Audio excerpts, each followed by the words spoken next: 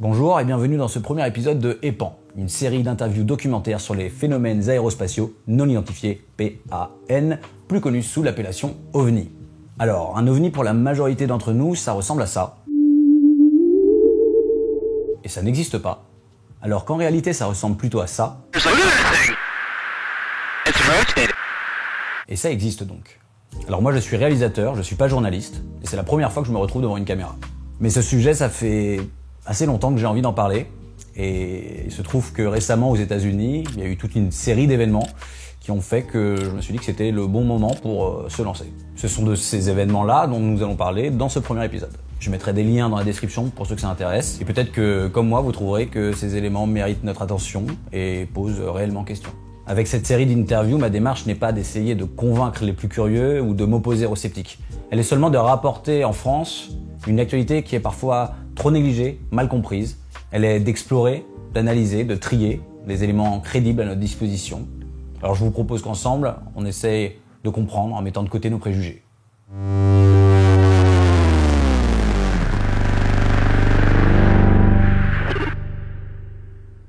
Baptiste, merci beaucoup d'avoir accepté mon invitation. C'est un plaisir. Merci de m'avoir invité. Est-ce que tu peux te présenter et nous expliquer pourquoi tu vas pouvoir nous aider à parler un petit peu de tout ça et notamment de tout ce qui se passe aux États-Unis depuis quelques années? Avant toute chose, je suis correspondant pour Le Débrief, qui est un journal américain sur la haute technologie qui travaille aussi spécifiquement sur ce sujet-là. Personnellement, moi, j'ai travaillé sur ce sujet à la demande de mes élèves. C'était en fait une question que eux-mêmes se posaient. Et j'ai été très très fier de pouvoir leur dire que c'était que des bêtises et des légendes que l'on racontait aux enfants, jusqu'à ce qu'en décembre 2017, un certain article du New York Times me force à leur dire que non, en effet, le gouvernement américain disposait bien d'un programme de recherche sur les ovnis. Est-ce qu'on peut parler rapidement de quelque chose qui vient de se passer aux États-Unis? Il y a eu une bataille politique qui a opposé quelques républicains face à un amendement qui était porté par le leader de la majorité, Chuck Schumer. Est-ce que tu peux nous parler de cet amendement très rapidement? On y reviendra plus tard.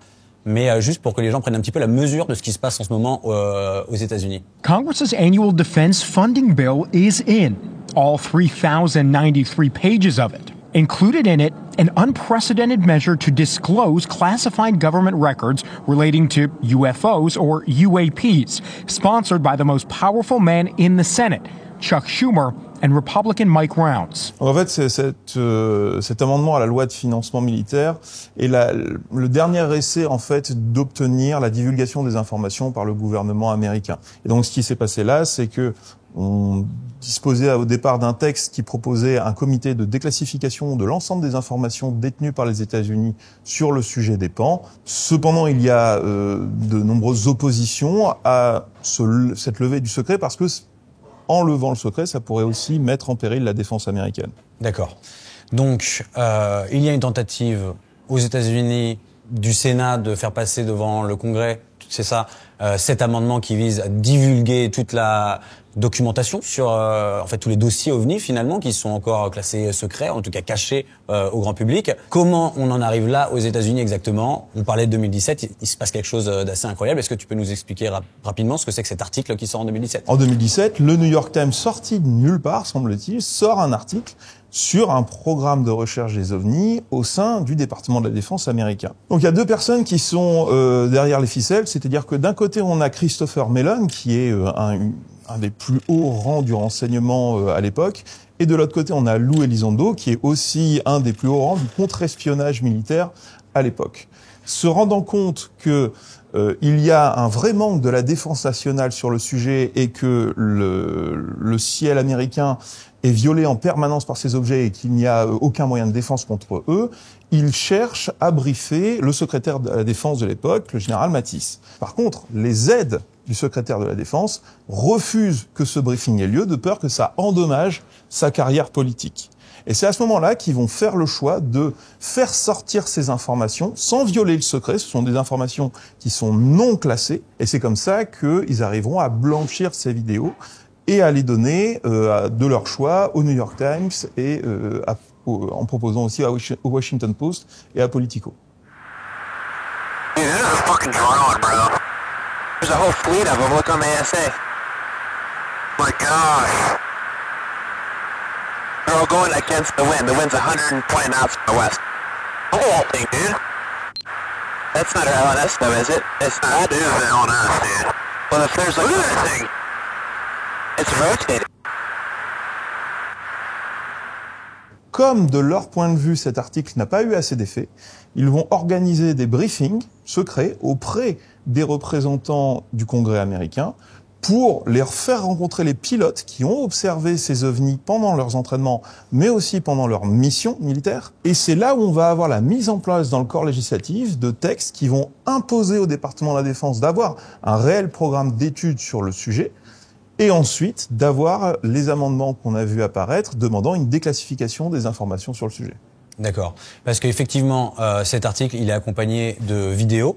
Tu nous parlais de pilotes. En fait, c'est des vidéos qui ont été tournées par les pilotes, par leurs avions, donc avec des appareils qui sont pas exactement prévus pour filmer forcément des choses, surtout à cette distance-là. Mais néanmoins, on a des vidéos qui seront ensuite déclassifiées, en tout cas authentifiées par le Pentagone. Est-ce que ça, c'est une première dans l'histoire des États-Unis, en tout cas, que le Pentagone reconnaît l'existence des ovnis? Alors, c'est pas une première, mais il faut remonter à très longtemps en arrière. C'est-à-dire que dans les années 50-60, on a un projet qui s'appelle le projet Blue Book, qui enquête sérieusement sur le sujet des ovnis. Malheureusement, il sera clos par ce qu'on appelle le comité Condon en 66-68, qui décidera, après examen, qu'en fait, il n'y a aucun intérêt à faire cette recherche. Par contre, toutes les archives du projet Blue Book, qui sont considérables, sont encore utilisables aujourd'hui et sont accessibles. Mais on est dans un pan de l'histoire par rapport à ce qui se déroule aujourd'hui. Et c'était la première fois depuis 50 ans que le gouvernement américain validait l'existence de ces vidéos en déclarant « oui, ce sont des pans, ce sont des ovnis ». Et on n'arrive pas à expliquer ce que sont ces objets. C'est ça qui rend ce statut à ces vidéos-là. A few questions for Mr. Favor. As an expert naval aviator, have you ever seen an object that looked and moved like the Tic Tac UAP? No. Did the Tic Tac UAP move in such a way that defied the laws of physics? The way we understand them, yes. Many dismiss UAP reports as classified weapons testing by our own government, but in your experience as a pilot, does our government typically test advanced weapon systems right next to multi-million-dollar jets without informing our pilots? No, we have test ranges for that. Alors, il y a 3 vidéos qui sortent avec cet article. Mais il y a une des vidéos qui va faire un petit peu plus parler d'elle, un incident qu'on appellera l'incident du tic-tac. Est-ce que tu peux nous raconter ce que c'est que cet incident, pourquoi le tic-tac, qu'est-ce qui s'est passé ce jour-là? On est en 2004. Il y a une zone d'exercice où le Carrier Strike Group Nimitz, c'est-à-dire non seulement le Nimitz, mais l'équivalent d'une petite armée flottante se déplace près de la côte ouest des États-Unis. Et il y a des missions d'entraînement qui sont faites. C'est justement la première mission d'une nouvelle commandante qui s'appelle Alex Dietrich. Et elle est encadrée par le commandant David Fravor, qui est le chef d'escadrille du porte-avions. Ils doivent faire une mission d'interception. Il y a une équipe bleue, une équipe rouge. Et au moment où ils allaient commencer leur mission d'interception, ils sont interrompus par le Princeton. Le Princeton, ça fait plusieurs jours que le radar du Princeton, qui est le nec plus ultra de la technologie de l'époque, détecte des anomalies sur son radar à la limite de l'espace. Le porte-avions Nimitz demande donc aux chasseurs d'aller voir ce qui se passe, en se demandant, il y a une signature, c'est peut-être de la contrebande de drogue, quelqu'un qui s'est perdu en mer. Juste une constatation de ce qui se passe. De façon intéressante, ils demanderont aux avions s'ils sont armés, et comme c'est la norme pour éviter des incidents, les avions sont désarmés pour les missions d'entraînement. L'équipe bleue, qui est donc le commandant Fravor et Alex Dietrich, se dirige pour aller constater ce qui se passe dans cette zone d'entraînement. Et David Fravor déclare voir sur la surface de l'océan une sorte de remous, comme s'il y avait quelque chose qui était juste en dessous de la surface. Et en se rapprochant de ce remous, il voit un petit objet blanc qui semble se déplacer de façon anormale. C'est-à-dire que il voit pas l'impression de pâle sur la surface de l'eau, et l'objet se dépasse de façon très erratique à quelques mètres au-dessus de la surface de l'eau. Il décide de l'engager et donc de descendre vers lui pendant que son ailier, le copilote, le pilote Dietrich, reste en altitude pour surveiller la zone. Elle voit également l'objet, Alex Dietrich? Elle le voit de très loin et elle voit la perturbation sur la surface de l'eau. Do you ever drop your phone and it sort of bounces off the countertop and then bounces off something else and it sort of like no predictable movement, no predictable trajectory. Yeah, I guess. tic-tac looking object, and it's just kind of moving above the whitewater area. Fravor descend, arrive près de l'objet, et l'objet réagit comme s'il percevait la présence du chasseur qui arrive vers lui. C'est-à-dire que là où avant il avait des mouvements erratiques, là il se met à imiter le mouvement de l'avion qui descend vers lui, et les deux tournent l'un par rapport à l'autre en faisant une spirale.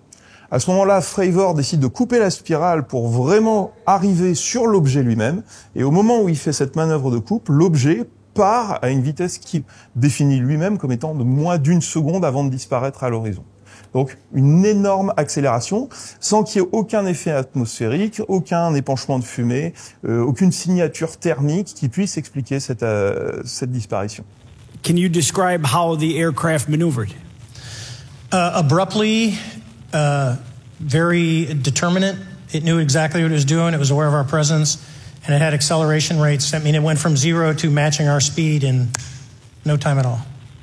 Now, if the fastest plane on Earth was trying to do these maneuvers that you saw, would it be capable of doing that? No, not even close. La vidéo vient d'un autre chasseur qui est envoyé à la poursuite de cet objet, puisque le Princeton repère que cet objet vient de se déplacer à vitesse quasiment instantanée à un autre point, qui est justement le point de rendez-vous de tous les entraînements de la zone. Comme s'il savait, il avait cette information du point de rendez-vous. Donc en fait, c'est des coordonnées dans l'espace. C'est ça. Latitude, longitude et altitude. C'est ça. Et donc cet objet, il arrive tout seul à cet endroit-là, alors que a priori, il n'y a que les opérateurs radars et les pilotes qui sont censés savoir où est ce point de rendez-vous. Ça peut pas être un coup de chance, en gros. Ah, ça se peut pas être un coup de chance, c'est pas possible. Il y a trop de coordonnées dans l'espace la pour probabilité que... est pas possible. D'accord. Il y a un comportement intelligent, finalement. C'est ça. D'accord. Et donc à ce moment-là, on a Chad Underwood qui arrive sur l'objet, qui cette fois-ci s'est mis au courant avec David Fravor, se dit oui, je vais brancher ma caméra pour essayer de le capturer. Il se rend compte qu'il y a un effet de brouillage qui vient de l'objet, il n'arrive pas à le verrouiller par son système de visée. Et ce qu'on voit à l'écran dans cette vidéo, c'est justement l'objet qui se déplace vers la gauche en dépassant la vitesse de rotation normale de la caméra qui est, elle, dans le pod de verrouillage. Et donc, c'est là où on a la trace visuelle que cet événement s'est bien passé. Tout à l'heure, tu mentionnais le fait que ce ne sont pas des appareils qui sont conçus pour enregistrer des images à haute définition. Par contre, ce sont des appareils qui sont conçus pour identifier toutes les cibles militaires possibles et civiles. Et là, le système d'analyse des informations ne donne rien, c'est-à-dire que cet objet est inconnu dans la base de données de ciblage des appareils militaires. Ce qui pose aussi de nombreuses questions, puisque normalement, il faut absolument parvenir à identifier quelle est la cible du verrouillage pour utiliser le bon système d'armes contre cette cible-là. Et donc, on est littéralement devant un objet qui est inconnu au niveau militaire. Il y a quelque chose qui pose aussi problème, c'est les performance apparente de cet objet, donc je me suis forcément un petit peu renseigné. L'opérateur radar Kevin Day lui dira que les objets, parce qu'en fait lui ce qu'il voyait sur le radar c'était des groupes d'objets, il les remarquait d'abord sur le radar à 80 000 pieds. 80 000 pieds, ça correspond à 24-25 km. 25 km, c'est l'espace. Quasiment, c'est la frontière avec l'espace. C'est la frontière. Je veux dire, la stratosphère, c'est environ 16 km. Donc là, on est 10 km au-dessus. C'est des objets qui sont à très haute altitude. C'est même pire que ça parce qu'en fait, c'est la limite de portée de son radar. D'accord. C'est-à-dire qu'il les voit descendre depuis 80 000 pieds. Ils apparaissent à partir de leur portée de radar. Au-dessus. D'accord. Et il les voit déjà avoir la vitesse et descendre. Donc, c'est-à-dire qu'ils étaient vraiment au niveau de l'espace. Donc, des objets à cette hauteur-là, on est capable d'en envoyer, nous. Oui. Le souci, c'est que il les voit descendre extrêmement rapidement. Et donc, il dira qu'il envoie descendre à 28 000 pieds.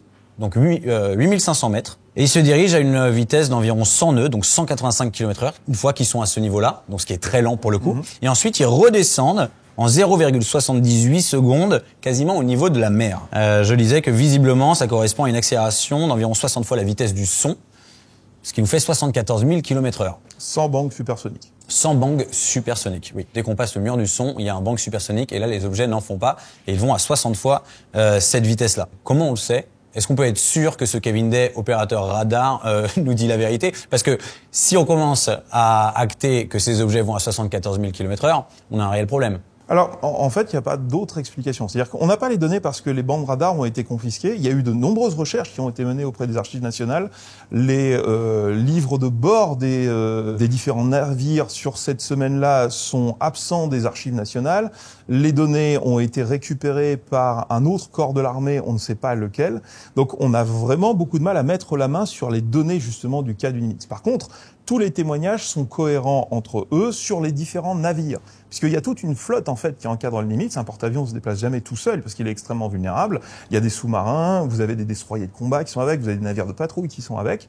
Et donc, tout est surveillé en permanence. C'est-à-dire que c'est probablement l'endroit de la planète qui est justement le plus surveillé. Vous êtes littéralement au milieu d'une armée. Le but d'un groupe de combat nucléaire, c'est que tout seul, il peut gagner une guerre. Donc, on est devant un espace qui est extrêmement ciblé, extrêmement surveillé. Et pourtant, on a un énorme mal à trouver ces données-là, parce qu'elles ont été extraites de tous les ordinateurs de bord. On a aussi ici Hawkeye qui est sur la zone en train de surveiller la zone. Pareil, les données seront extraites et on n'arrivera jamais à les retrouver. Ça, le ici Hawkeye, pour que les gens voient à peu près ce que c'est les gros avions avec des sortes d'assiettes au-dessus qui sont en fait des énormes radars et qui leur permettent de voir un peu en douche tout ce qui se passe en dessous. Ça, c'est intéressant parce que, si j'ai bien compris, quand on parle d'observation d'OVNI, on a envie de recouper plusieurs sources d'informations et de détection. Et donc là, on a donc une observation humaine, visuelle des pilotes. Donc 2 avions, c'est ça qui les voient dans un premier temps. En tout cas, David Fravor, Alex Dietrich, qui sont chacun avec une personne dans leur avion. C'est ça. C'est ça. Donc ça fait 4 paires d'yeux.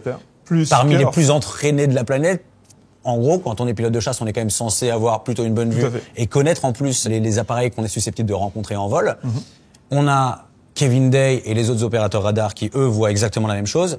Et on a cet avion Hawkeye, donc on a quand même 3 sources différentes. Et on a Kurf d'un côté, l'équipe rouge qui voit la perturbation, et Chad Underwood et son équipier qui vont filmer le tic-tac en train de partir. Donc ça, devant un jury, normalement, ça passe. Oui, ça passe. D'accord. Do you believe UAPs pose a potential threat to our national security? Yes, and here's why. The technology that we faced was far superior than anything that we had, and you could put that anywhere. If you had one, you captured one, you reverse engineered it, you got it to work, you're talking something that can go into space, go someplace, drop down in a matter of seconds, do whatever it wants, and leave, and there's nothing we can do about it. Nothing. Qu'est-ce qui fait que ces appareils ont des comportements qui sortent des compétences de nos appareils actuels? Alors, concrètement, c'est qu'est-ce qui diffère? Ce qu'on peut avoir comme critère pour vraiment définir un pan, c'est pas tellement leur capacité, parce que si nous on prend le meilleur de notre technologie, on peut reproduire des plages de capacité. Le truc, c'est que ces objets sont capables de passer d'une plage de performance à une autre sans altération entre les deux. Donc autant on peut reproduire par exemple une vitesse de Mach 35 avec un booster d'Ariane sur lequel vous mettez un missile nucléaire, on arrive à atteindre cette vitesse-là avec un objet qui est cohérent, qui ne se désintègre pas. Le problème, c'est que ces objets obtiennent la même vitesse, mais arrivent à s'arrêter instantanément. Techniquement, on n'a aucun moyen de faire ça. C'est-à-dire que si on essayait d'arrêter un objet qui se déplace à Mach 35, il se désintégrerait sur place à cause des forces de jet et d'inertie qui sont en train de le déchirer de l'intérieur.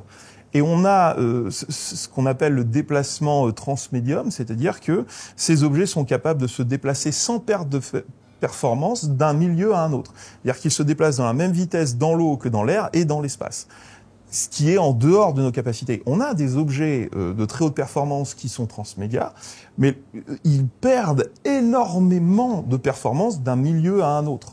J'aimerais juste... Tu as dit dans l'eau aussi? Oui. D'accord. Un ovni, c'est pas forcément volant. De ce qu'on voit, en fait, ils volent dans l'eau. C'est-à-dire qu'on ne perçoit pas d'interaction entre le milieu marin et l'objet. Donc c'est un peu comme s'il y avait une sorte de torpille à surcavitation qui créerait une bulle où l'eau n'interagit pas avec la surface de l'objet, tout comme l'air n'interagit pas avec la surface de cet objet. Donc c'est pour ça qu'en fait, on manque de termes pour définir la façon dont ces objets se déplacent. Là, on vient de perdre la moitié de nos spectateurs. Il nous reste une bonne moitié. Désolé. On va essayer d'avancer. Aux États-Unis, lorsque cet article sort, ces vidéos, ces témoignages, parce que les pilotes, ils vont en parler visage découvert devant la télé, aux 60 Minutes. Quelle est la réaction en fait de la population, des médias, des politiques? Qu'est-ce qui se passe là-bas? Alors il y aura pas de panique, c'est-à-dire que c'est quelque chose on se posait la question de savoir, oui, mais si on rentrait vraiment en communication avec quelque chose d'autre que nous, est-ce qu'il y aurait pas une panique dans la population, une perte de repères, etc. En fait, on se rend compte que non. Les gens réagissent très bien, probablement parce que, mine de rien, il y a 10% de la population qui considère qu'elle a déjà observé elle-même un pan, ce qui fait une proportion non négligeable de témoignages. Tu dis que les gens réagissent très bien, mais par exemple, en France, pour avoir sondé un petit peu autour de moi, quasiment personne n'est au courant de ce qui s'est passé là-bas. Donc déjà, ça sort pas mal de monde de l'équation. Aux États-Unis, peut-être que culturellement, du coup, l'appréhension du phénomène est un petit peu différente de par tout ce qui s'est passé à Roswell, le projet Blue Book que tu citais tout à l'heure, etc. Pour moi, il y a peut-être une autre chose aussi, c'est que ça reste pour l'instant un objet, ça reste une vidéo, on va pas se mentir, qui n'est pas très spectaculaire, enfin 3 vidéos qui sont pas très spectaculaires. Donc est-ce qu'il n'y a pas quelque chose de l'ordre de tant qu'on n'a pas un de ces appareils qui se pose sur le champ de Mars ou en face de la Maison Blanche avec des petits hommes verts qui en sortent. En gros, c'est comme ça que les gens s'imaginent le truc. Est-ce que du coup les gens continuent pas de vivre leur vie comme si de rien n'était? Je pense qu'on sous-estime la résilience d'une population, honnêtement, puisque quoi qu'il se passe, il faudra quand même aller au boulot le matin, il faudra quand même nourrir sa famille. Je pense que les impératifs de la vie sont en fait beaucoup plus puissants que des chocs ontologiques qui font des très bons scénarios de science-fiction pour les films, mais qui, dans la réalité des choses, n'apparaissent pas, en fait. D'accord. Est-ce qu'on peut reconnaître l'existence du phénomène, et ça semble être le cas du coup, sans forcément reconnaître qu'il s'agit d'extraterrestres? Alors, le premier terme qui est utilisé, c'est par Lou Elizondo, qui, lors d'une interview sur Fox News, de mémoire, dit que le gouvernement américain est en possession de matériaux exotiques. Et il utilise le terme exotique dans le sens non fabriqué par l'homme. Donc, c'est là où on va avoir les premières hypothèses de l'origine de ces objets-là. C'est-à-dire qu'avant que ce mot soit posé, on se demande, mais est-ce que c'est les Chinois qui ont fait une percée technologique dingue? Est-ce que les Russes ont mis au point un nouveau missile hypersonique qu'ils sont en train de tester contre les radars, ou des objets à très haute altitude pour essayer de contrer les systèmes antimissiles américains? Donc tout ça est encore très très présent, puisque on est dans une remontée des hostilités entre les différents blocs. Et ça reste une vraie question. Et d'ailleurs, les pilotes refusent de se déterminer sur l'origine humaine ou non de ces objets.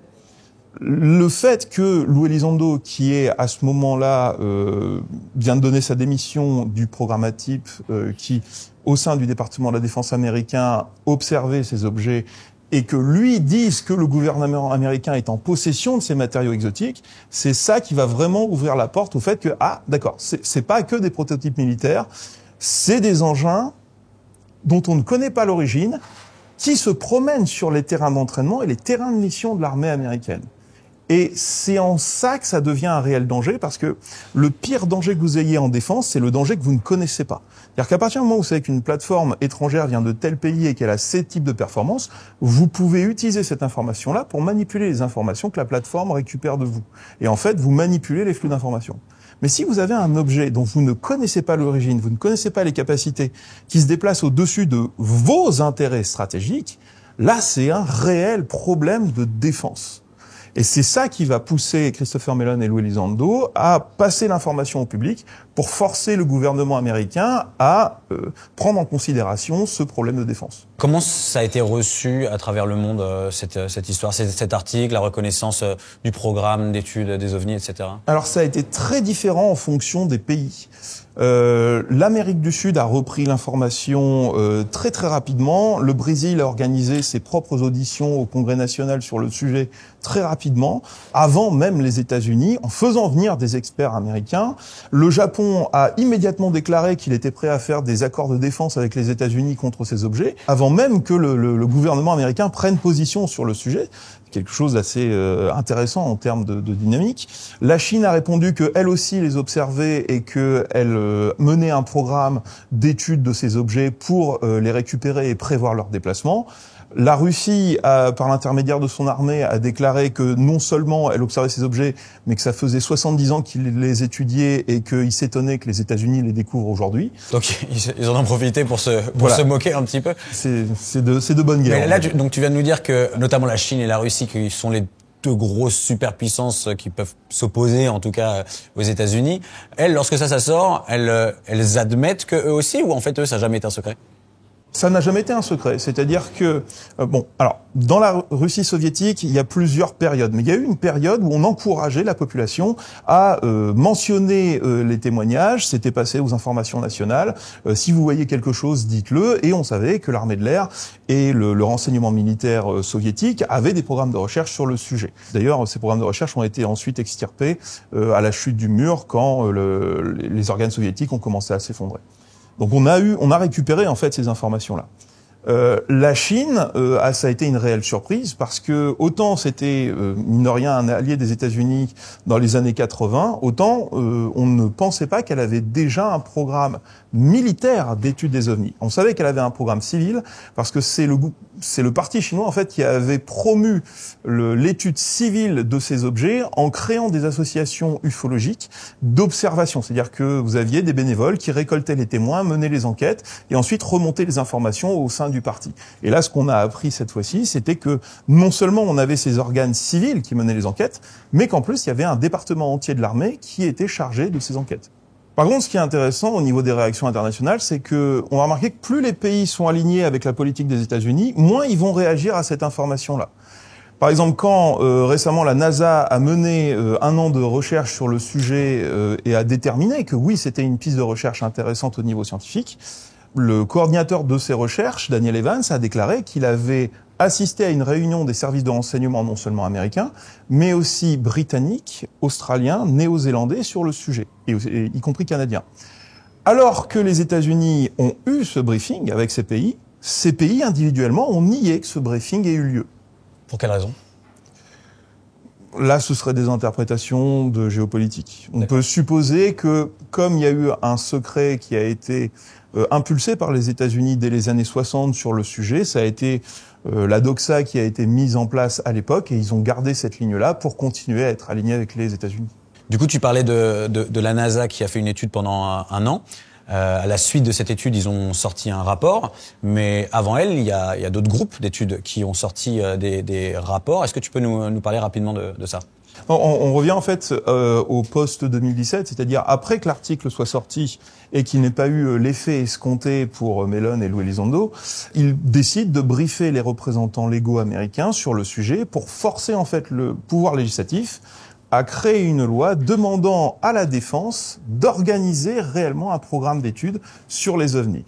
Et d'année en année, on va voir se succéder différentes structures, dont la plus récente est l'ARO, et tous les 6 mois, 1 an, ils publient un rapport d'état d'avancement de leur recherche sur le sujet. À l'heure actuelle, ils ont répertorié près de 800 cas d'observation de PAN. Ils ont comme critère établi que ces objets sont généralement sphériques, de la taille de plusieurs mètres, se déplacent à Mach 2, envoient des signaux électromagnétiques dont on ne connaît pas la fonction. Quand tu parles de signaux électromagnétiques, est-ce qu'il y a une façon de les détecter, en fait, ces objets ? Il y a plusieurs armées qui ont sous-entendu qu'elles avaient des moyens de les détecter de façon très précise parce qu'elles ont repéré une signature électromagnétique qui est typique de ces objets-là. Exactement laquelle, on ne le sait pas. Ce qui est sous-entendu dans les documents officiels de l'ARO, c'est que ce serait une fréquence qui serait dans les 3 GHz et qui serait émise par ces objets-là.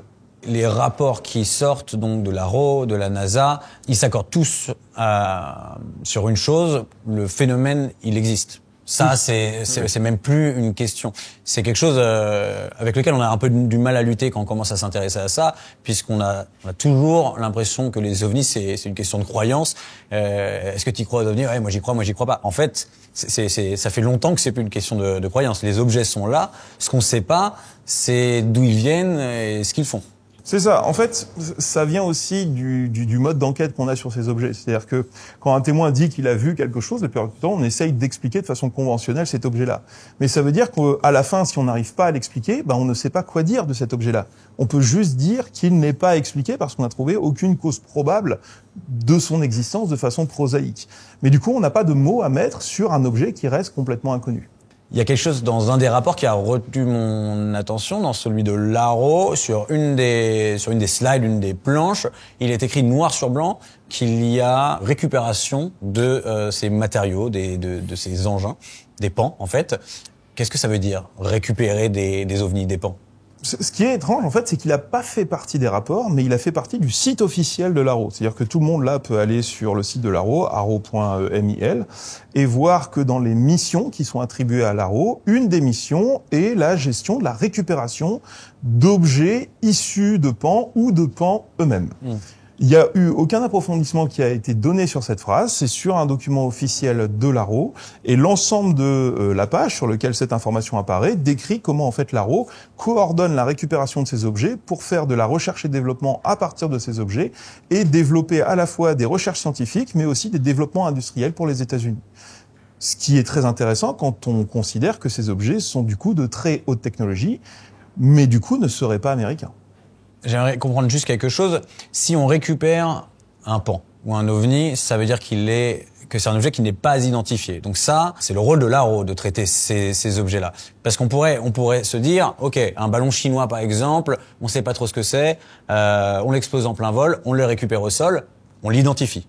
C'est plus un ovni, c'est plus un pan techniquement. Alors, justement, là, pour la peine, on a eu la précision qui nous a été donnée par le Dr Sean Kirkpatrick, l'ancien directeur de l'ARO, quand on a eu le cas des ballons chinois en février 2023. Il a déclaré officiellement que ce type de ballon ne faisait pas partie de la compétence de l'ARO, puisqu'ils étaient conventionnels, et que ce qui intéressait l'ARO, c'était justement les objets non conventionnels. Donc quand on parle dans ce document de récupération de pans, on parle bien d'objets qui seraient d'origine non humaine, en fait.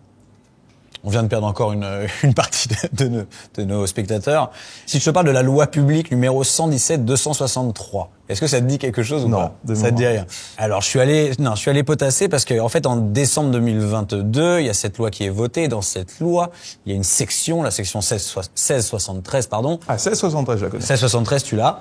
C'est donc une section qui a pour but en fait d'encourager les personnes qui détiendraient des informations relatives à des programmes secrets, les encourager à venir finalement les partager avec le Congrès. Est-ce que tu peux nous parler rapidement de ça ? Et j'ai l'impression que je l'ai pas bien décrit peut-être. Non, en fait, il y en a plusieurs c'est-à-dire qu'en fait, il y a un réel arsenal législatif qui a été mis au point.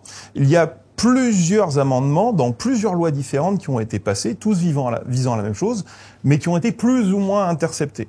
Et du coup, on se retrouve avec des versions différentes des lois, mais qui du coup donnent des effets intéressants. Donc, par exemple, on a le fait que maintenant, si on a un lanceur d'alerte qui veut parler d'un programme potentiellement illégal de récupération de pans, il bénéficie d'une protection totale à partir du moment où il parle de pans. C'est-à-dire qu'on a des lanceurs d'alerte légaux, dont David Grush, un ancien officier des renseignements, est le premier. C'est-à-dire que il lance l'alerte, il dit attention, il y a ce programme-là qui est potentiellement illégal. Mais en le faisant, comme il a eu la validation par cette loi et en étant passé par toutes les instances à laquelle il devait passer, en fait, il ne peut pas être attaqué légalement pour avoir dévoilé une information, comme par exemple Julian Assange ou Edward Snowden le sont actuellement par les États-Unis. Donc les effets de cette loi, ils se font pas attendre puisque à l'été 2023, le sénateur Marco Rubio, lui, il déclare que le comité sénatorial a recueilli de nombreuses heures de témoignages venant de plusieurs lanceurs d'alerte concernant des programmes secrets liés aux ovnis. C'est ça. Dont ce David Grush dont tu nous parlais. On sait que Grush a parlé à l'ensemble des représentants des comités du Sénat, du renseignement et des forces armées. David Grush, c'est quand même depuis l'article du New York Times le plus gros truc qui est arrivé dans le monde de l'ufologie, non ? Non, je pense qu'on peut le dire, ouais. On va en parler alors ? Oui. Ok. My name is David Charles Grush. I was an intelligence officer for 14 years, both in the U.S. Air Force, both active duty Air National Guard and Reserve, at the rank of major, and most recently from 2021 to 2023, at the National Geospatial Intelligence Agency, NGA, at the GS-15 civilian level, which is the military equivalent of a full bird colonel. I was my agency's co-lead in unidentified anomalous phenomena and transmedium object analysis, as well as reporting to the UAP task force, UAPTF, and eventually, once it was established, the All-Domain Anomaly Resolution Office, AARO. Alors, si je te parle du 5 juin 2023, ça t'évoque quelque chose? C'est l'article du débrief, non? C'est l'article de Débrief, pour lequel tu es correspondant d'ailleurs. De quoi il parle cet article? Dans cet article, on apprend que David Grush, donc un ancien officier des renseignements, mais au plus haut niveau de sécurité des États-Unis, c'est-à-dire que c'était lui qui était chargé de contribuer et d'amener le bulletin de renseignement journalier au président des États-Unis. Donc on est devant quelqu'un qui a accès à tout. Non seulement il a accès à tout, mais il est dans une position très intéressante parce qu'il est à la jonction de deux agences des États-Unis de renseignement qui sont extrêmement pointues, puisque d'un côté on a le NRO, le National Reconnaissance Office, l'organisme de renseignement des États-Unis, et de l'autre côté on a le très puissant NGA, le National Geospatial Agency, qui elle gère l'ensemble des renseignements satellitaires à l'échelle des États-Unis. Donc techniquement il a accès à toutes les informations de la planète. Non seulement ça, mais il a été recruté en tant que délégué de l'UAPTF. L'UAPTF est une des versions des programmes d'études des PAN au sein du département de la Défense dont on parlait tout à l'heure. C'est quelque chose d'officiel cette fois-ci? C'est extrêmement officiel. D'accord. Extrêmement officiel. Et du coup, il est au centre d'un réseau où il a accès à tout et en même temps, il est chargé d'étudier les PAN à partir des données satellitaires des États-Unis. Étant donné qu'il a ce niveau d'accréditation à la sécurité, qui lui permet d'accéder à l'ensemble des programmes secrets américains, plus de 2000 programmes extrêmement secrets, ils vont lui demander si certains de ces programmes ne sont pas liés à l'étude des PAN. Et il va mener une enquête pendant 4 ans, il va interroger près de 40 témoins sur le sujet, et il va se rendre compte qu'il y a en fait un programme illégal qui est en cours au sein des États-Unis, où en fait des programmes secrets ont chacun un petit bureau à l'intérieur qui, quand il récupère des informations sur les PAN, le transmet à un autre programme. Compartimenté comme ça, mais pas poreux entre eux? C'est ça. Eux ne se connaissent pas entre eux. Quand ils détectent quelque chose qui est en rapport au PAN, ils l'envoient à un autre programme. D'accord. Et ce programme-là est coupé de la supervision du Congrès, ce qui est parfaitement illégal. Unelected bureaucrats do not get to say what we can and cannot see. We've had 3-star generals tell us that we did not have authorized access to this information. But yet, how do you expect us to continue to send taxpayer money to fund government projects if you're not even allowing us to see what those projects are? Tout programme qui n'a pas l'aval du Congrès et des personnes les plus qualifiées dans le Congrès, ce qu'on appelle le gang des 8, sont des programmes illégaux qui ne peuvent pas exister. Or, ce que découvre Grush, c'est que justement, ce programme qui rassemble tous les éléments d'information sur les PAN de tous les programmes secrets américains ne communique pas ces informations au gang des 8. Et du coup, est illégal. And so whether it's little green men, American technology, or worse, technology from the CCP, we need to know. Et grâce à la loi qui permet aux lanceurs d'alerte de devenir des lanceurs d'alerte légaux protégés de toute représailles, il va pouvoir poser une deuxième plainte, puisqu'à partir du moment où il dénoncera ce premier programme, il aura des représailles face à lui. Et du coup, on se retrouve avec 2 plaintes simultanées. Ok, donc si je comprends bien, il fait une enquête de 4 ans. À la suite de cette enquête, il décide de déposer une plainte. Et donc, ce qui va nous intéresser maintenant, c'est de savoir, évidemment, ce qu'il a découvert pendant cette enquête et ce que lui ont dit les 40 témoins qu'il dit avoir interviewés. Donc, tous les témoins sont d'accord entre eux sur au moins un point, c'est que oui, il y a bien un programme de rétro-ingénierie, c'est-à-dire de non seulement récupération de PAN qui sont considérés comme d'origine non humaine, sinon on les appellerait pas PAN dans leur dénomination, Et non seulement on les récupère, mais on essaye d'en extraire des technologies ou littéralement de les utiliser en tant que telles, en utilisant la technologie qu'ils représentent. Là où les témoins ne sont pas d'accord entre eux, c'est sur le degré de cette rétro-ingénierie, c'est-à-dire est-ce que les États-Unis ont réussi à récupérer des technologies et à les intégrer à leur système d'armement, ou est-ce qu'ils ont réussi à faire fonctionner ces objets en eux-mêmes? Là, les témoins divergent. Par contre, tous les témoins sont d'accord pour dire oui, les États-Unis disposent de tels débris, voire d'engins entièrement intacts. Mais si les témoins, justement, ils appartiennent à ces différents compartiments dont on a parlé, est-ce que c'est pas normal qu'ils aient pas le même niveau d'interprétation de l'état des connaissances? Si, tout à fait. Okay. Tout à fait. C'est pas absolument pas anormal. Oui. Ils ont chacun la zone d'accès aux informations à laquelle ils sont limités.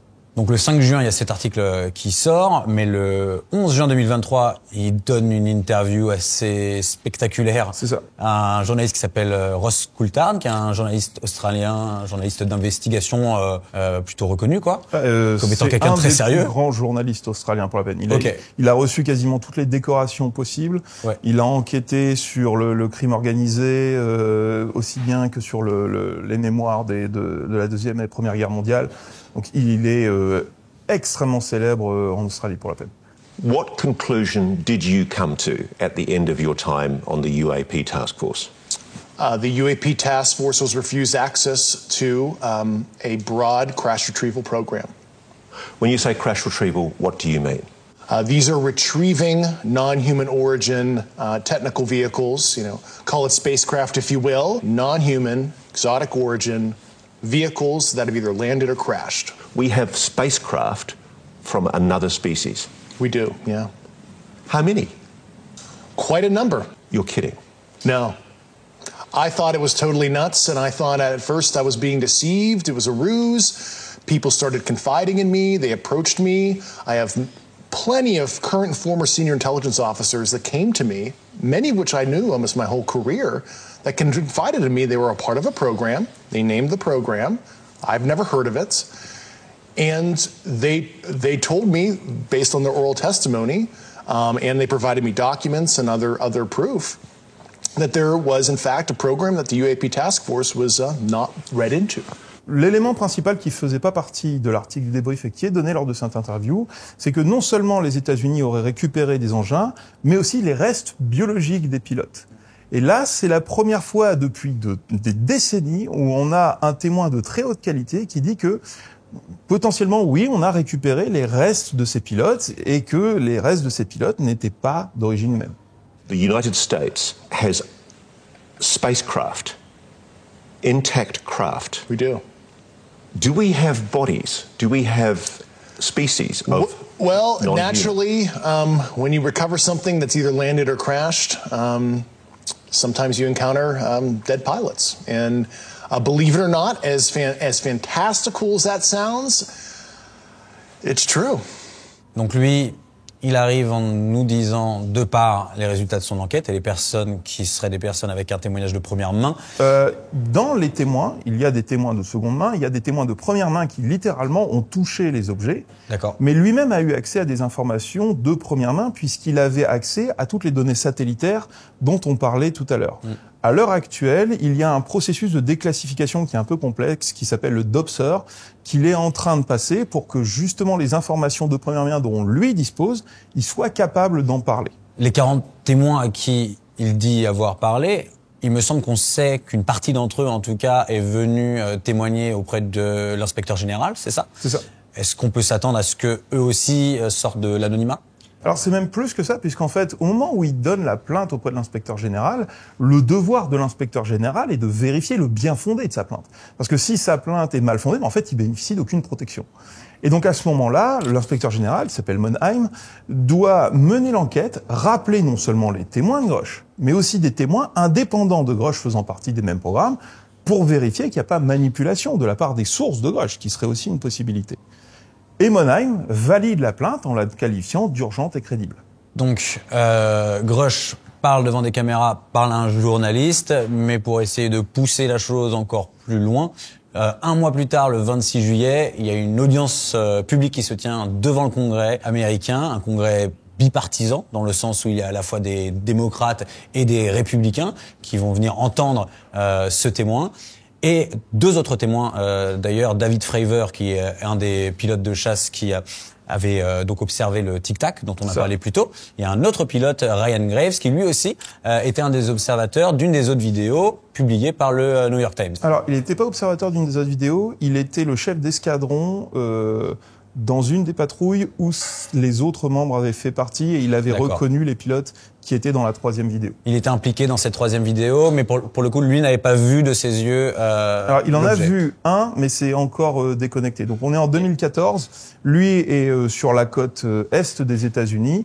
Et en fait, il va faire le constat que quasiment tous les jours, son escadron sur son porte-avions observe ces objets en train de se balader, mais de façon, en un sens, plus inquiétante que le cas du tic-tac, puisque ces objets se déplacent à quelques mètres de leur avion de chasse, ce qui est extrêmement dangereux en termes de manœuvre. C'est-à-dire que vous avez des avions de chasse qui volent l'un à côté de l'autre pour diminuer leur signature radar, et on a cet objet qui se déplace entre eux, donc en rompant toutes les contraintes de sécurité et mettant en danger la vie des pilotes. C'est ça qui va vraiment pousser Ryan Graves à ensuite déjà, au sein de son escadron, mettre en place un protocole de sécurité pour briefer les pilotes en leur disant « Attention, faites attention à ces objets-là, ils se rapprochent vraiment très très proches de vos avions et représentent un danger. » Et plus tard, quand il se rendra compte que en fait, ça n'a eu aucun effet au niveau de la hiérarchie, va créer sa propre association, American for Safe Aerospace, qui, il y a d'ailleurs quelques heures, vient de lancer une nouvelle loi permettant aux pilotes civils de communiquer leurs informations à la FAA sans crainte de représailles. Mr. Graves, one of your main concerns is that the FAA currently does not have an official process to receive reports of UAP from pilots or others, correct? Correct. And in your experience, what data should the Aero program prioritize for potential collection? I think that there's 2 categories that would be important. One would be kinematics and understanding the specifics of how the vehicle or objects are moving. And the second would be a more zoomed out approach of being able to look at origin and destination before the incident, as well as getting a better contextual understanding of how these objects are interacting with each other. En quoi c'est important en fait cette audience, qu'on comprenne bien pourquoi une interview ça suffit pas, pourquoi être entendu devant le Congrès c'est quand même quelque chose d'autre. Alors, c'est-à-dire que là, quand ils sont sous le Congrès, ce qui n'était pas le cas d'ailleurs lors du Congrès brésilien, c'est que lors du Congrès brésilien, ils n'étaient pas sous serment. C'est-à-dire que techniquement, si un des témoins mentait devant le Congrès brésilien, il n'y avait aucune répercussion. Là, ils sont sous serment devant le Congrès américain, c'est-à-dire que si quelqu'un prouve que l'un des 3 dit un mensonge, l'un des 3 peut être condamné à une très lourde peine de prison ainsi qu'une très lourde amende. D'accord. À l'heure actuelle, personne n'a montré la moindre preuve qu'un des 3 ait menti. On a du mal à voir l'intérêt qu'ils auraient à venir mentir sur un sujet pareil. On sait qu'on va être exposé particulièrement quand on parle de ça, donc ils sont plutôt certains de ce qu'ils racontent. En tout cas, eux sont certains de ce qu'ils racontent. Oui, tout à fait. Mr. Grush, as a result of your previous government work, have you met with people with direct knowledge or have direct knowledge yourself of non-human origin craft? Yes, I personally interviewed those individuals. If you believe we have crashed craft, stated earlier, do we have the bodies of the pilots who piloted this craft? As I've stated publicly already in my News Nation interview, biologics came with some of these recoveries, yeah. Were they, I guess, human or non-human biologics? Non-human, and that was the assessment of people with direct knowledge on the program I talked to that are currently still on the program. And was this documentary evidence, this video, photos, eyewitness? Like, how would that be determined? The specific documentation I would have to talk to you in a skiff about. Il y a quelque chose qu'on va beaucoup reprocher à David Grush, c'est que son témoignage est un petit peu troué par des choses qu'il dit ne pas pouvoir dire. I do know a lot of that information, but that's something I can't discuss publicly. I can't go beyond what I've already espoused publicly about that. I have to be careful to describe what I've seen firsthand and not in this environment, but I could answer that question behind closed doors. Donc tout à l'heure, on mentionnait le DOPSER, qui est le système de déclassification légale des informations. Toute information qui n'a pas été validée par le DOPSER, potentiellement, peut le faire condamner à une lourde peine s'il en parle publiquement. Donc en fait, il envoie une demande en listant tout ce dont il veut parler. Le DOPSER valide chacun des points ou pas. Tout ce qui n'a pas été validé, il ne peut pas en parler publiquement. Tout ce qu'il peut dire, c'est que publiquement, il ne peut pas répondre à la question, mais à l'intérieur d'un dispositif classé, secret. Si jamais en face, les représentants légaux ont le niveau de classification adapté, parce que ça doit aller dans les deux sens, lui, elle doit avoir ses certifications, mais les représentants légaux aussi, ça a posé problème d'ailleurs, là, il peut en parler ouvertement. Donc, en fait, on est devant un jeu qui est obligatoire pour qu'il puisse parler publiquement. Il peut parler publiquement, mais uniquement avec des très grosses contraintes sur le nombre d'éléments d'information qu'il peut donner. Mais il peut quand même dire que oui, la récupération d'OVNI, que ces OVNI se comptent par plus de 10, parce qu'il dira dans d'autres interviews que c'était un two-digit number, donc au moins 10 engins qui auraient été récupérés. Et il a le droit également de dire qu'il y a des éléments biologiques qui ont été récupérés, donc ça insinue des corps de pilote, comme tu disais. Ça, le DOPSER autorise cet agent du renseignement à communiquer sur ces informations-là. C'est ça. Et en fait, il a décrit sa stratégie il y a quelques mois maintenant. En fait, son idée, c'était d'utiliser le DOPSER contre les agences de renseignement. C'est-à-dire que comme il devait soumettre l'ensemble des informations qu'il voulait dire, les agences de renseignement pouvaient interdire qu'il parle de ces éléments-là, mais ils devaient justifier pourquoi ils ne pouvaient pas le dire. Et elles devaient dire quelle agence interdisait tel point d'information.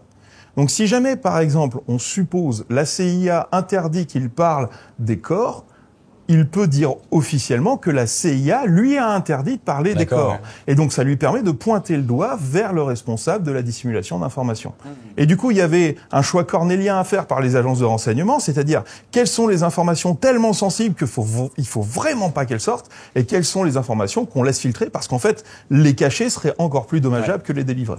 Il y a quelque chose d'autre, il parle d'intelligence non humaine. Pourquoi cette distinction avec extraterrestre ? Tout à l'heure, on parlait du problème du manque de mots. Et c'est un problème qui est très récurrent. C'est-à-dire qu'à partir du moment où on n'arrive pas à définir quelle est l'origine, on a du mal à conceptualiser un mot qui puisse dire sans origine. Étant donné qu'on sait, comme on le disait tout à l'heure, que ces éléments réagissent avec leur environnement, interprètent les mouvements autour d'eux et se meuvent en fonction de ces données, on sait qu'il y a une forme d'intelligence derrière. On sait que cette intelligence n'est pas humaine parce qu'un être humain qui les piloterait serait pulvérisé par les forces d'accélération. Ouais. Donc on peut imaginer par exemple une forme d'intelligence artificielle qui les piloterait et qui arriverait à supporter ces degrés d'accélération, mais on peut certifier que ce n'est pas une intelligence humaine qui les pilote. Mais la seule chose qu'on peut dire à ce moment-là, c'est que ce sont des intelligences non humaines. Quand tu parles d'EG, ça me fait penser à quelque chose que j'avais lu justement. Dans le cadre de l'observation du Tic-Tac et des autres objets qui avaient été vus sur les radars, ils ont estimé les déplacements à des forces de 40 à 80 G. Pour comparaison, un pilote de chasse avec une combinaison anti-G peut encaisser pendant une courte période 9 G. Et donc, comme tu dis, a priori, c'est pas un humain qui est dedans. Et le pire, en fait, c'est qu'elle décélère à la même vitesse. C'est-à-dire, autant on peut créer une structure, comme une fusée par exemple, qui peut absorber énormément de G pendant une contrainte de durée assez longue, autant avoir cette même structure sans aucune modification qui parvienne à s'arrêter, c'est-à-dire que toute l'énergie accumulée se décharge à l'intérieur de la structure. Là, on est devant des degrés de technicité qui sont très au-delà de tout ce qu'on peut faire aujourd'hui. Matt Gaetz, qui faisait partie du Congrès, a aussi demandé l'accès auprès de l'armée de l'air américaine, auprès de pilotes qui auraient rencontré ces pans, et a demandé à avoir accès aux photos et aux vidéos qui ont été prises. The image was of something that I am not able to attach to any human capability, either from the United States or from any of our adversaries. And I'm somewhat informed on the matter, having served on the Armed Services Committee for 7 years, having served on the committee that oversees DARPA and advanced technologies for several years. And they saw a sequence of 4 craft in a clear diamond formation for which there is a radar sequence that I alone have observed in the United States Congress. One of the pilots goes to check out that diamond formation and sees a large floating, what I can only describe as an orb.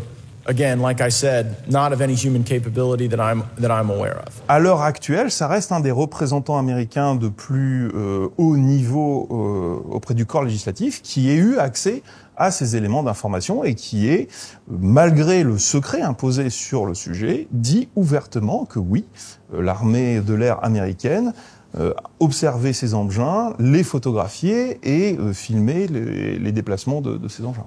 Donc il y a cette audition qui a eu lieu le 26 juillet. Est-ce qu'il y en a d'autres qui sont prévues avec peut-être d'autres témoins ou encore les mêmes qui pourraient dire plus de choses? Alors il y en a eu plusieurs qui ont été prévus. Le problème c'est qu'il y a eu une véritable guerre de tranchées en fait qui s'est déroulée au Congrès américain, puisque déjà obtenir les locaux pour cette audition, alors que des étudiants, vous en avez toutes les semaines aux États-Unis, a été extrêmement compliqué. Les représentants légaux des États-Unis ont déclaré qu'on leur avait mis des bâtons dans les roues à chaque étape possible, ce qui pose quand même question, puisqu'à un moment, on avait attribué une salle en travaux pour qu'ils puissent faire leurs auditions. Pour montrer à quel point ils sont allés chercher loin des bâtons. We've had a heck of a lot of pushback about this hearing. We've had members of Congress who fought us. We've had members of the intelligence community and also the Pentagon. Even NASA backed out on us. There are a lot of people who don't want this to come to light. Normalement, il y aurait dû y avoir déjà depuis septembre 2 autres auditions qui ont été reportées à plus tard au fur et à mesure, y compris avec l'inspecteur général Monheim pour qu'il puisse s'entretenir avec les représentants légaux des États-Unis. Ça aussi, à chaque fois, ça a été reporté à plus tard. À la suite de cette audience, du coup, il me semble que c'est même le lendemain de ces audiences, donc le 27 juillet, le Sénat propose l'amendement dont on a parlé plus tôt, le UAP Disclosure Act. Je le rappelle, c'est Chuck Schumer, le leader de la majorité démocrate, et Mike Rounds, qui lui est un républicain. Donc en plus, chose assez rare, c'est un républicain et un démocrate qui main dans la main essaie de proposer quelque chose sur un sujet qui est pas évident.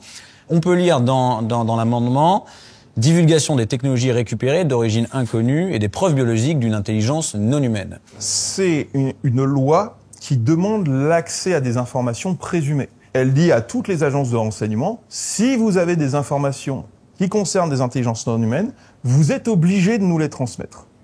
Globalement, c'est le contenu de la loi. Ce qui est intéressant, par contre, c'est que ce soit Schumer, l'un des plus grands dirigeants du corps législatif américain, qui pousse cette loi avec son effet d'autorité sur l'importance de cet amendement. The United States government has gathered a great deal of information about UAPs over many decades, but has refused to share it with the American people. That is wrong, and additionally, it breeds mistrust. So the bill I worked on with Senator Rounds offered a common sense solution. Ce qui est aussi une mesure de l'intérêt de cet amendement, c'est-à-dire que c'est un amendement qui est à l'intérieur de la loi de financement de l'ensemble de la défense américaine. C'est-à-dire qu'en fait, c'est un cavalier. On aurait très bien pu faire une loi qui soit pas à l'intérieur de la loi de financement américaine. Là, on l'a mis à l'intérieur parce que si la loi est retoquée, du coup, l'ensemble de l'armée n'est pas financé pour l'année suivante. On appelle ça un cavalier. En fait, on essaie de mettre une loi qui est un petit peu plus compliquée à faire passer qu'une autre dans un ensemble de lois. C'est ça. Et du coup, pour la déloger, il faut déloger l'ensemble de tout lois. l'ensemble. Okay. C'est ça. Et pourtant, c'est ce qui va se passer. C'est-à-dire que quand la Chambre des représentants, en conférence de synthèse, où tout le monde doit se mettre d'accord sur la loi finale, va vouloir bloquer cet amendement, en fait, ils vont bloquer l'ensemble de la loi à cause de cet amendement. Alors que la loi concerne l'ensemble de la défense américaine, le seul objet de discussion va être les ovnis. Et ça va être le seul point d'accrochage qui va exister. From different areas of government, whistleblowers coming out with things that are credible. Why, as legislators, are we being stonewalled? If this is all nonsense, right, then why does it feel like just as we're making some progress, all of a sudden the ghosts of Christmas past, present, and future come out to talk to staff or legislators that then all of a sudden aren't on board with more disclosure. Et c'est là où la pression va se retourner, c'est-à-dire que les représentants républicains de la Chambre des représentants, désolé pour la répétition, vont en fait désarticuler le texte pour vraiment le reconstruire à son squelette, et au lieu d'avoir un impératif de toutes les agences des États-Unis qui doivent impérativement contribuer à un système permettant de rassembler toutes les informations. Et ensuite, cet ensemble d'informations est soumis à un comité ouvert aux personnes civiles, mais aussi de la défense et aussi du renseignement, et ensuite déclassé par l'autorité du président des États-Unis. Là, on va simplement avoir une recommandation qui va être émise, demandant à tous les directeurs d'agences de regarder s'ils ont des informations et de les envoyer en copie à l'archiviste des États-Unis pour qu'on puisse avoir un corpus de documents sur le sujet.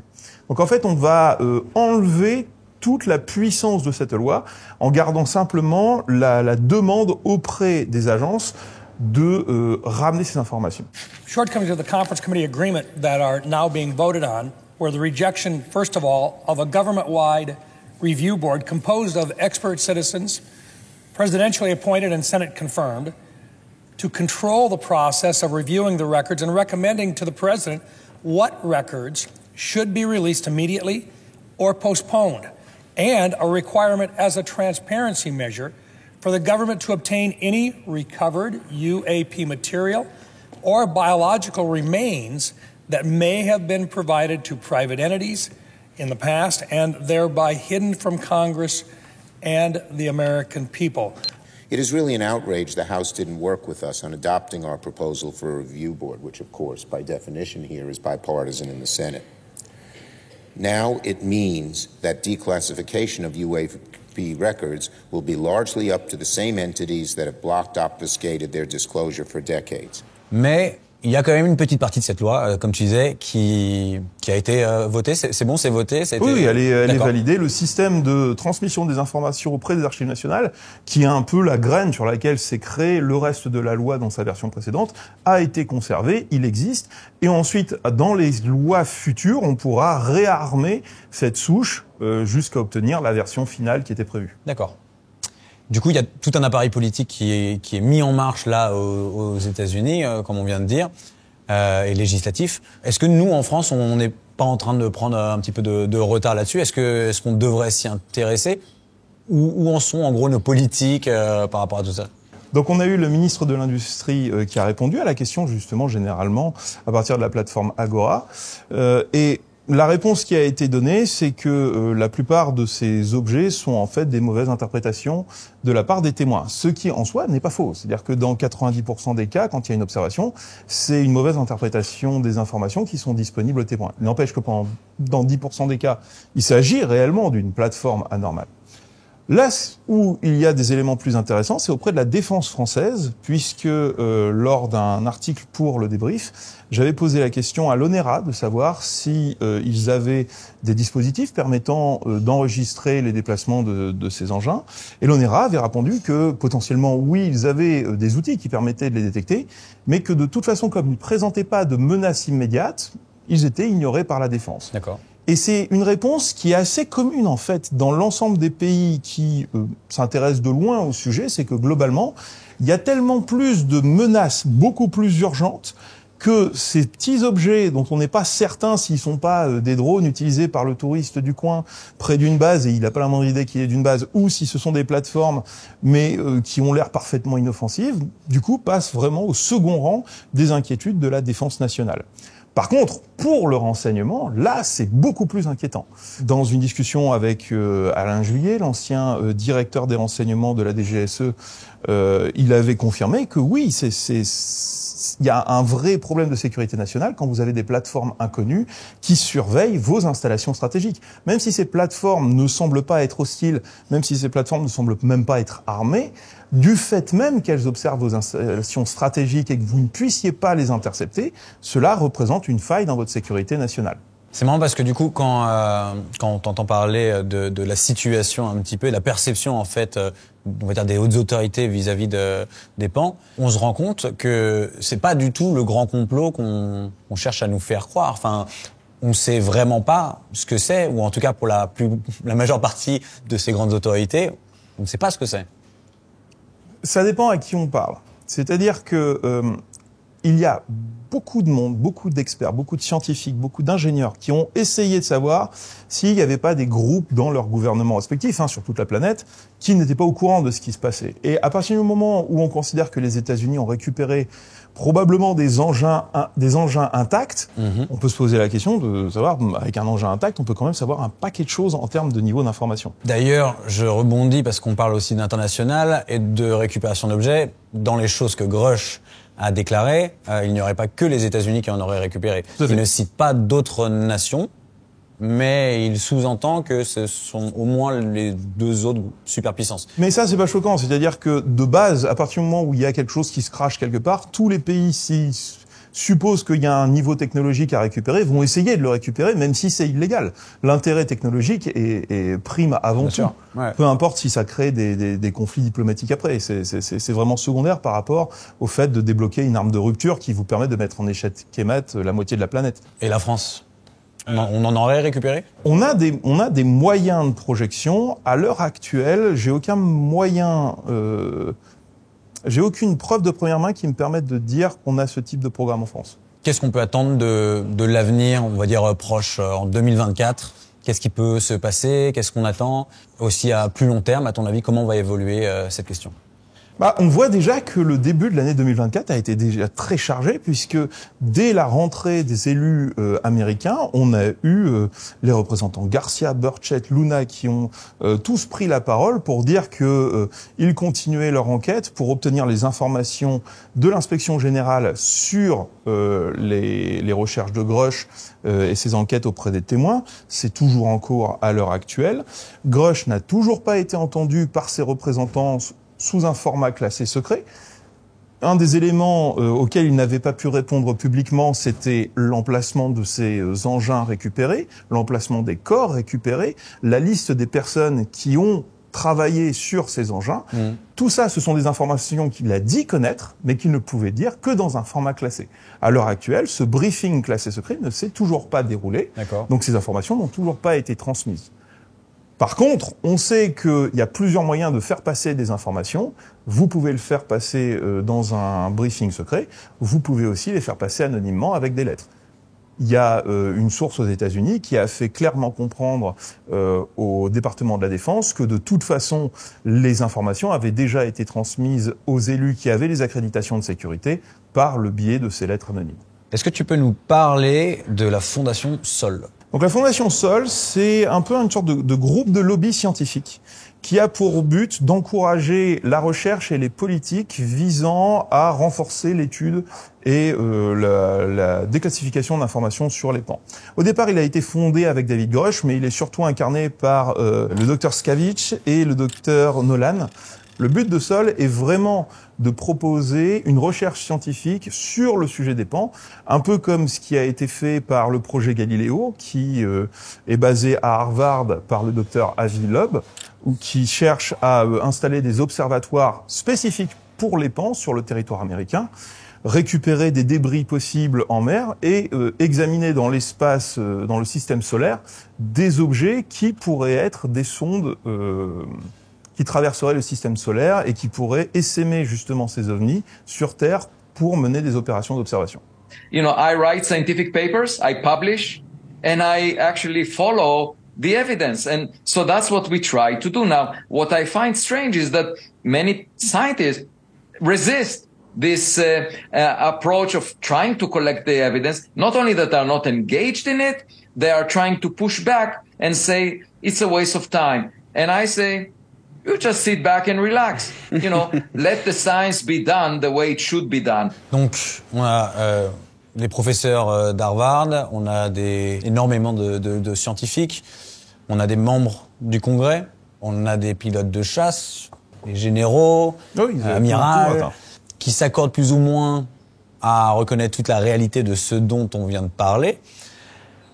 Soit ces gens perdent tous la boule en même temps, soit c'est un grand complot, soit il y a vraiment quelque chose dont il faudrait commencer à parler un petit peu sérieusement, non ? À l'heure actuelle, on a beaucoup de mal à voir les traces d'un tel complot.